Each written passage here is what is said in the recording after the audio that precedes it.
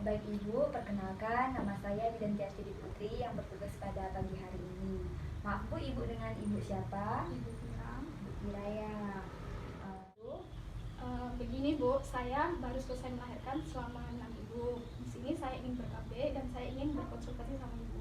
baik ya Bu, ya Ibu ingin berkonsultasi tentang KB. Baik Ibu, di sini saya akan membantu Ibu untuk mengenali apa saja jenis-jenis KB beserta manfaat dan lain-lainnya. Nah, di sini saya menggunakan alat ABPK atau yang disebut dengan alat bantu pengambilan keputusan ber-KB. Nah, Ibu, ini alatnya. Di sini saya akan menjelaskan beberapa metode KB beserta manfaatnya. Nah, di sini saya akan menjelaskannya dengan menggunakan alat ABPK ini. Nah, di mana alat ABPK ini dapat memberikan informasi yang tepat, memilih dan memakai metode KB serta mengatasi keluhan Ibu. Nah, di sini saya akan mendengarkan apa saja keluhan-keluhan Ibu maupun suami ataupun kebutuhan yang Ibu butuhkan. Nah, di mana di sini nanti saya akan menjaga privasi Ibu. Setelah itu, apakah ini kunjungan KB yang pertama? Iya. Pertama ya Bu ya. Apakah ada keluhan atau pertanyaan yang ingin Ibu tanyakan? Tidak ada. Nah, Ibu, apakah kunjungan Ibu ini kunjungan pertama atau kunjungan ulang? Pertama ya.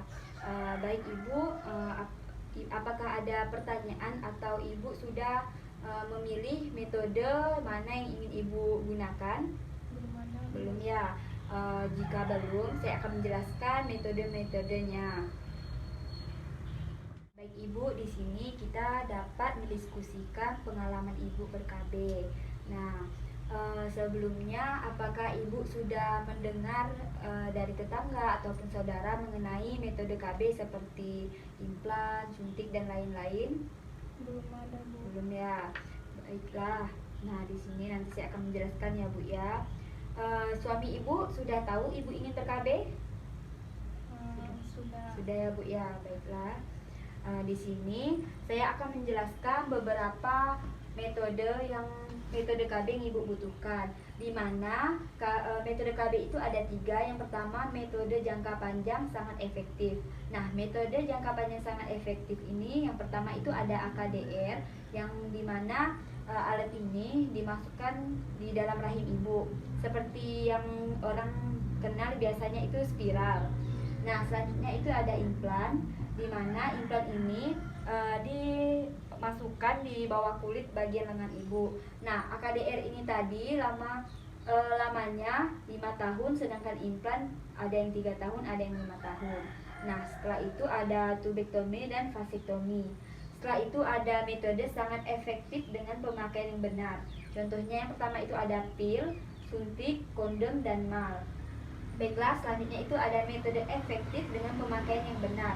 Nah, ini ada beberapa efek samping lebih sedikit, yaitu menggunakan KB alamiah seperti metode KB atau kalender.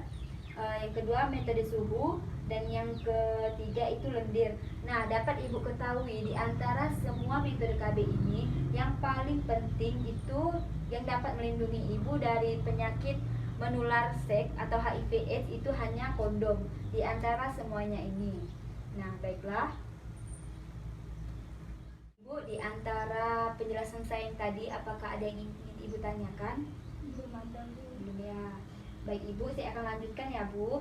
Nah, ini ada cara mencegah kehamilan dan HIV/AIDS atau IMS, itu yang pertama kondom. Nah, kondom dan metode KB lainnya.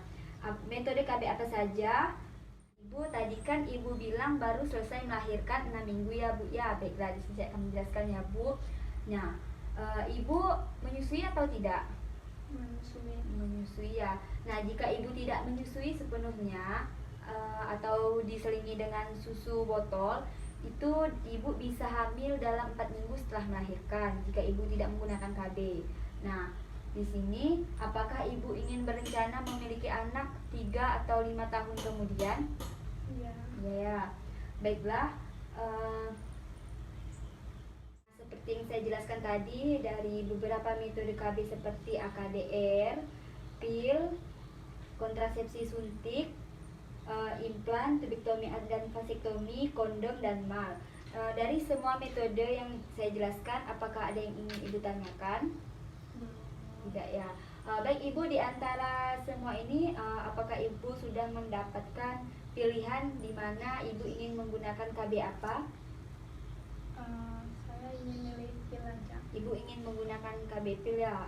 Suami sudah setuju Ibu ingin menggunakan KB pil? Sudah. Sudah ya. Baik Ibu, saya akan menjelaskan mengenai metode KB pil ya Bu.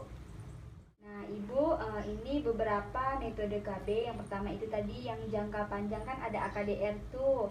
Nah ini AKDR ini alatnya kecil, dipasang di dalam rahim. Nah ini sangat efektif dan aman, dapat dicabut kapan saja Ibu menginginkannya. AKDR ini bekerja hingga 10 tahun, tergantung jenisnya juga ya Bu ya. Ini dapat menambah perdarahan haid atau menyebabkan kram. Tetapi alat ini tidak dapat melindungi Ibu dari HIV/AIDS atau IMS. Nah, Ibu ini yang tidak dapat memakai AKDR itu seperti Ibu yang sedang hamil, baru saja melahirkan 2-28 hari pasca persalinan, memiliki resiko IMS termasuk HIV, menstruasinya tidak biasa, infeksi masalah pada organ perempuan. Nah, kemungkinan efek samping dari AKDR ini yang pertama itu kram selama beberapa hari, bercak flek selama beberapa minggu, haid lebih lama dan lebih banyak, bercak di antara siklus haid dan kram atau rasa nyeri selama haid. Nah, hal yang terjadi ketika pemasangan AKDR itu yang pertama kita akan melakukan pemeriksaan panggul Ibu. Yang kedua di mana kita akan membersihkan vagina dan mulut rahim Ibu. Yang ketiga kita akan melakukan pemasangan AKDR dalam rahim. Nah, Ibu bisa mulai kapan saja dalam siklus haid selama Ibu yakin Ibu tidak hamil.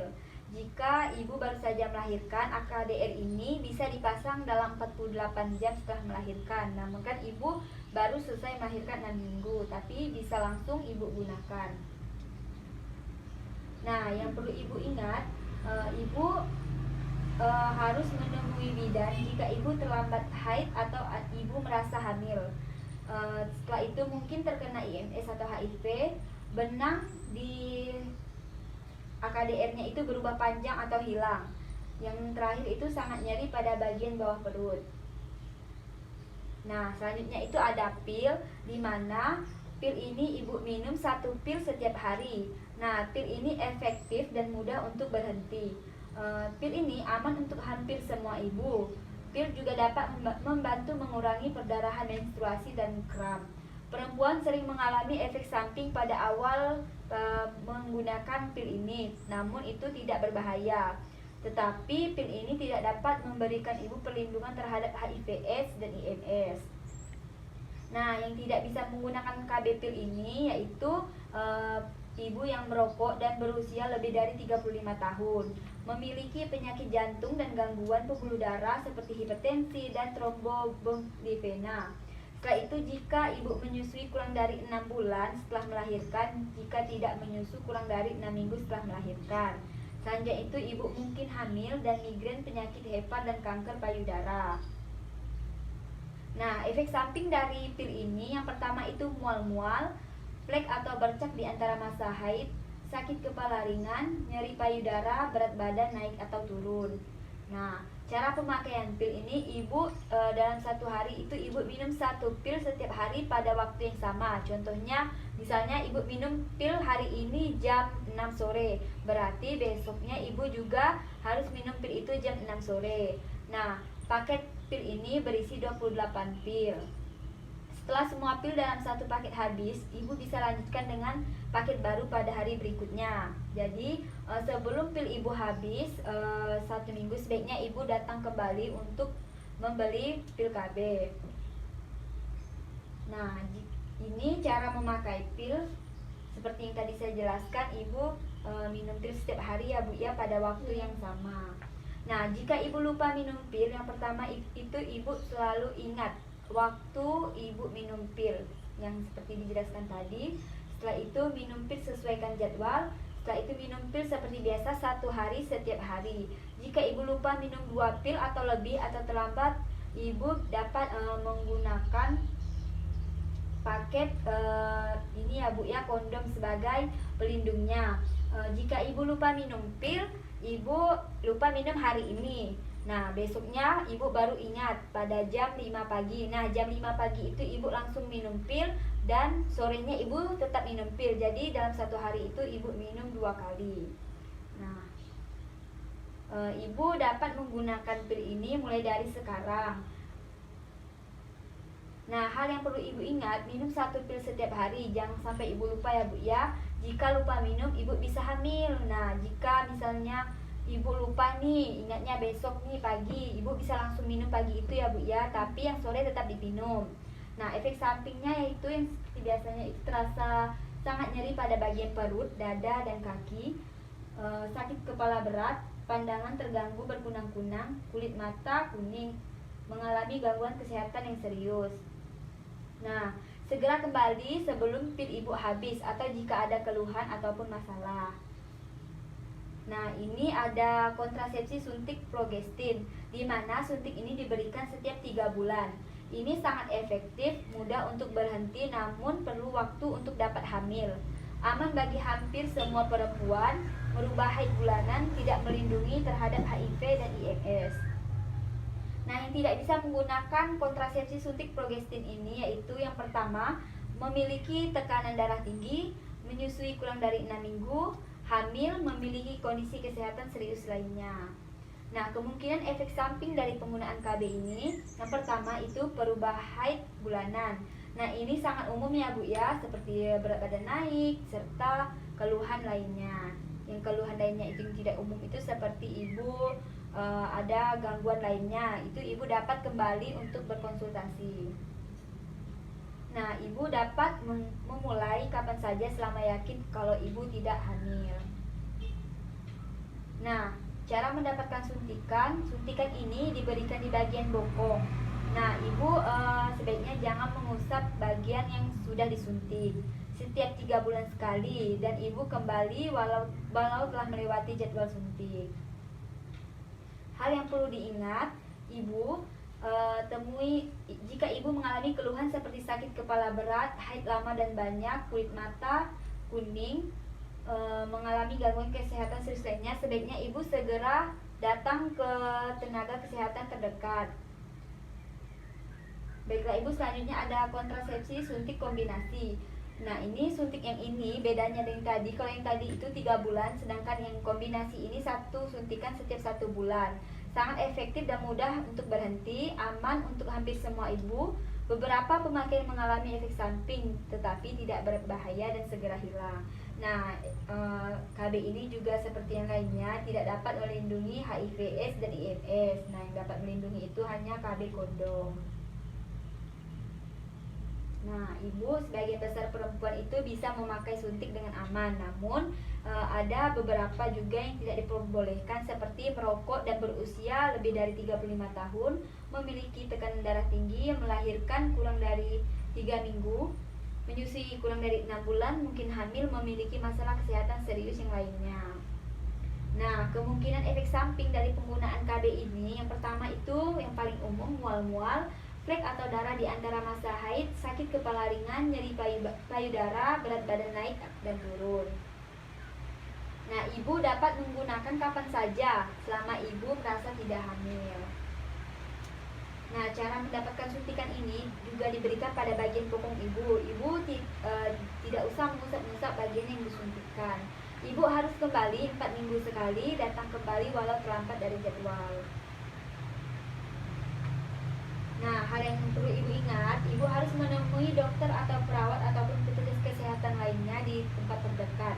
Jika ibu mengalami terasa sangat nyeri pada perut, dada, atau kaki, sakit kepala berat, kulit atau mata kuning, pandangan terganggu atau berkunang-kunang, mengalami gangguan kesehatan yang serius. Nah, selanjutnya itu ini ada implan, di mana 1-2 batang kecil yang diletakkan di bagian bawah kulit lengan atas. Nah, ini efektif selama 3-5 tahun tergantung jenis implannya. Nah, ini mudah untuk berhenti, bisa dikeluarkan kapan saja. aman bagi hampir semua perempuan, biasanya mempengaruhi haid ibu. Namun ini juga tidak dapat melindungi terhadap HIV/AIDS dan IMS. Nah, ini yang tidak bisa menggunakan implan itu, yang pertama menyusui kurang dari 6 minggu, mungkin hamil, gangguan kesehatan serius lainnya. Nah, kemungkinan efek sampingnya itu yang secara umum itu bercak atau haid ringan, haid tidak teratur, namun yang jarang itu tidak ada haid dan lain-lain. Nah, pemasangan dan pencabutan implan, pemasangan biasanya selama 5-10 menit. Pencabutannya hanya sekitar 15 menit, sedangkan suntikan diberikan suntikan menghentikan rasa sakit. Penyedia layanan menaruh batang di bawah kulit pada sisi lengan ibu bagian atas. Nah, batang tersebut harus dilepas setelah 3-5 tahun, tergantung jenis implan yang ibu pilih. Penyedia layanan memasang perban pada bukaan di kulit dan menutup lengan tanpa jahitan. Nah, ibu juga dapat memulai kapan saja ibu mau, asalkan ibu merasa bahwa ibu tidak sedang hamil. Nah, ini hal yang perlu diingat kembali, temui penyedia layanan jika ibu merasakan sakit kepala berat, haid yang lebih lama dan banyak, kulit atau mata kuning, mungkin hamil, khususnya bila nyeri di perut, infeksi atau nyeri berlanjut pada area pemasangan, mengalami gangguan kesehatan yang serius. Nah, selanjutnya itu ada vasektomi. Ini dilakukan dengan penuh pembedahan. Tidak mudah dikembalikan seperti semula bagi pria yang tidak menghendaki anak lagi. Sangat efektif, aman bagi hampir semua pria. Tidak ada efek samping terhadap kemampuan seksual, namun tidak dapat melindungi ibu dari HIV/AIDS dan IMS. Nah, vasektomi ini yang dilakukan itu pada suami ya bukan pada istri. Nah, selanjutnya, kapan saja bisa melakukan vasektomi? Umumnya pria bisa saja vasektomi kapan saja, tetapi perlu menunggu jika bermasalah dengan alat kelamin seperti infeksi, pembengkakan luka, benjolan di jangkar atau buah zakar, ada gangguan kesehatan atau infeksi yang cukup serius. Nah, kapan saja bisa vasektomi itu? Metode sementara juga tersedia. Kontak adalah tindakan operasi, memiliki risiko dan manfaat, mencegah punya anak kembali, tidak mudah dikembalikan ke semula. Keputusan harus dipertimbangkan. Jadi, ibu dan suami harus mempertimbangkan apakah suami bersedia untuk dilakukan vasektomi. Nah, selanjutnya itu tubektomi, di mana ini melakukan tindakan operasi. Rahim tidak diangkat, ibu masih dapat haid. Metode yang tidak mudah dikembalikan ke semulanya jika ibu menginginkan anak lagi. Ini sangat efektif, aman bagi hampir semua ibu, tidak ada efek samping jangka panjang, hanya saja tidak dapat melindungi terhadap HIV/AIDS dan lainnya. Nah, kapan saja ibu bisa melakukan tubektomi ini? Perlu ditunda jika ibu baru 1-6 minggu persalinan, mungkin hamil, terdapat infeksi atau gangguan pada organ kewanitaan, gangguan kesehatan lain yang berat. Nah, ibu tadi kan 6 minggu setelah melahirkan ya bu, ya kemungkinan ibu tidak bisa melakukan tubektomi. Nah, ini ada langkah tindakan di mana yang pertama itu ibu diberikan obat untuk membantu mengurangi rasa sakit dan dapat membuat ibu tenang. Nah, ibu akan tetap terjaga. Ini dibuat sayatan kecil tetapi tidak sakit. Salurannya diikat, sayatan ditutup dengan dijahit. Setelah itu ibu akan istirahat beberapa jam. Nah, setelah dilakukan tindakan, ibu itu akan istirahat selama 2-3 hari. Hindari mengangkat beban berat selama 1 minggu. Tidak boleh bersenggama selama 1 minggu. Baik ibu, apakah ada yang ingin ibu tanyakan? Tidak ada. Tidak ya bu, ya kalau begitu saya lanjut ya bu. Nah, selanjutnya itu ini ada KB jenis kondom. Nah, seperti yang saya jelaskan di awal tadi, ini juga dapat mencegah kehamilan dan IMS termasuk HIV. Nah, alat ini dapat melindungi ibu dari penyakit menular lainnya. Sangat efektif bila digunakan setiap kali bersenggama. Bisa hanya kondom dan atau bersama dengan metode KB lainnya. Misalnya ini ibu kan minum pil KB. Nah, namun ibu lupa, tapi ibu juga bisa menggunakan kondom juga untuk melindungi ibu dari penyakit menular lainnya. Mudah didapat dan digunakan, perlu bicara dengan pasangan. Nah, cara pakai kondom ini, sebelum menggunakannya, ibu dapat mengecek tanggal kadaluarsa pada bungkus kondom. Ibu, ini cara pemakaian kondom. Nah, ibu dapat jelaskan pada suami, sebelum menggunakan kondom, sebaiknya ibu mengecek tanggal kadaluarsa kondom di bagian bungkus kondomnya. Ibu buka bungkus dengan hati-hati. Setelah itu, suami ibu pasang kondom pada saat ereksi di ujung penis dengan cincin menghadap luar dari tubuh. Nah, itu pada saat, maaf ya Bu ya, penis suami ibu sedang tegang. Nah, itu dapat dimasukkan di bagian ujung penisnya dengan dengan bagian cincin menghadap luar dari tubuh. Nah, setelah itu pasang kondom sampai ke bagian pangkal penis suami ibu. Setelah itu, setelah ejakulasi, tahan jika suami ibu sudah ejakulasi, tahan cincin kondom agar tidak terlepas. Kemudian segera tarik penis dari vagina ketika masih ereksi. Untuk pembuangannya, ibu dapat ikat bagian kondomnya. Setelah itu bungkus dan buang kondom bekas di tempat sampah yang terlindung dan jauh dari jangkauan anak. Nah, hal yang perlu ibu ingat, pakai kondom setiap bersenggama. Pastikan persediaan kondom di rumah itu cukup. Jadi pada saat ibu akan melakukan hubungan seksual, kondomnya sudah tersedia.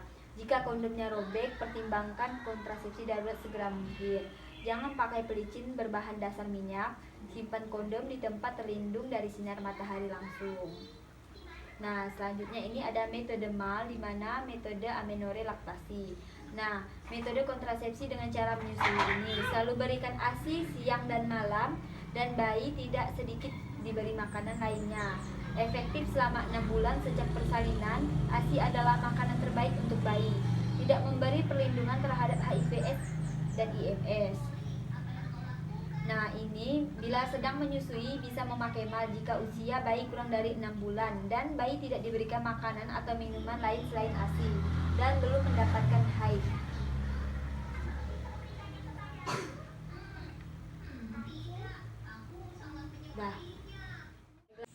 Nah, Ibu, dari apa yang sudah saya jelaskan, apakah ada yang ingin Ibu tanyakan atau yang Ibu kurang mengerti? Tidak ada, Bu. Tidak ada ya Bu ya. Baik, kalau begitu dari beberapa metode yang sudah saya jelaskan, metode apa yang ingin Ibu gunakan? Suntik 3 bulan. Suntik 3 bulan ya Bu ya. Baiklah Ibu. Nah, kan tadi Ibu memilih kontrasepsi suntik 3 bulan ya Bu ya. Nah, kontrasepsi suntik progestin ini saya jelaskan kembali ya Bu ya. Suntik ini diberikan setiap 3 bulan, sangat efektif, mudah untuk berhenti, namun perlu waktu untuk dapat hamil. Aman bagi hampir semua perempuan, merubah haid bulanan, tidak melindungi terhadap HIV/AIDS. Nah, yang tidak bisa menggunakan kontrasepsi suntik progestin itu memiliki tekanan darah tinggi, menyusui kurang dari 6 minggu, hamil, dan memiliki kondisi kesehatan serius lainnya. Nah, Ibu bisa menggunakan suntik mulai juga pada hari ini ya Bu ya, asalkan saja Ibu yakin bahwa Ibu tidak hamil. Baik Ibu, kalau begitu terima kasih ya Bu.